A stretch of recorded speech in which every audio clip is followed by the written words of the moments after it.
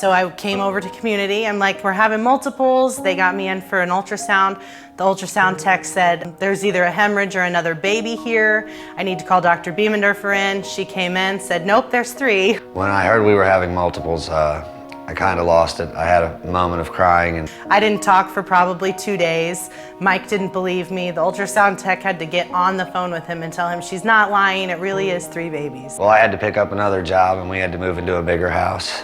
And there were a lot of moving parts to get together in a relatively short amount of time. Once we found out there were 3 of them, I was absolutely certain I wanted to go through Community. All the nurses were really caring and very informative with all the information about all the new things that were going on. With never having multiples before, there was a really big learning curve. At 5 months though, we went through maternal fetal medicine upstairs at Community North, and they've suggested maybe doing a procedure to kind of keep them in a little bit longer. It's called a transabdominal cerclage. So I did have that done, not because I had any issues, just because we wanted to try and keep them in as long as possible. And it actually ended up working. They were born at 33 weeks and 1 day. All of our patients have their own rooms.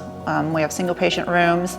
It's very quiet. The babies grow a lot better. The NICU, just the people that work there, they pour their hearts and souls into that place, and you can tell. We have 4 twin rooms and we have a triplet room, so the triplets are all able to stay together in one room. And for the most part, there's one nurse taking care of all the babies in one room. So they have consistency of care with one nurse the majority of the time.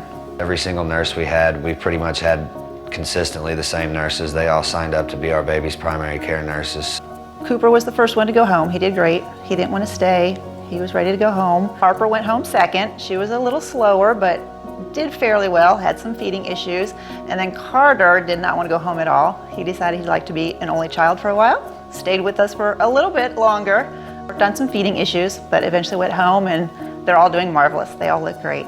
It was a little rough with having 2 of them at home and 1 of them in the hospital and going back and forth and all that, but knowing that they were in good hands made things a lot easier for us and less stressful. It has everything that you want, and everyone around you is smiling and happy. And in terms of delivering at a hospital, that's what you really want. You want people that love their jobs and want to be there.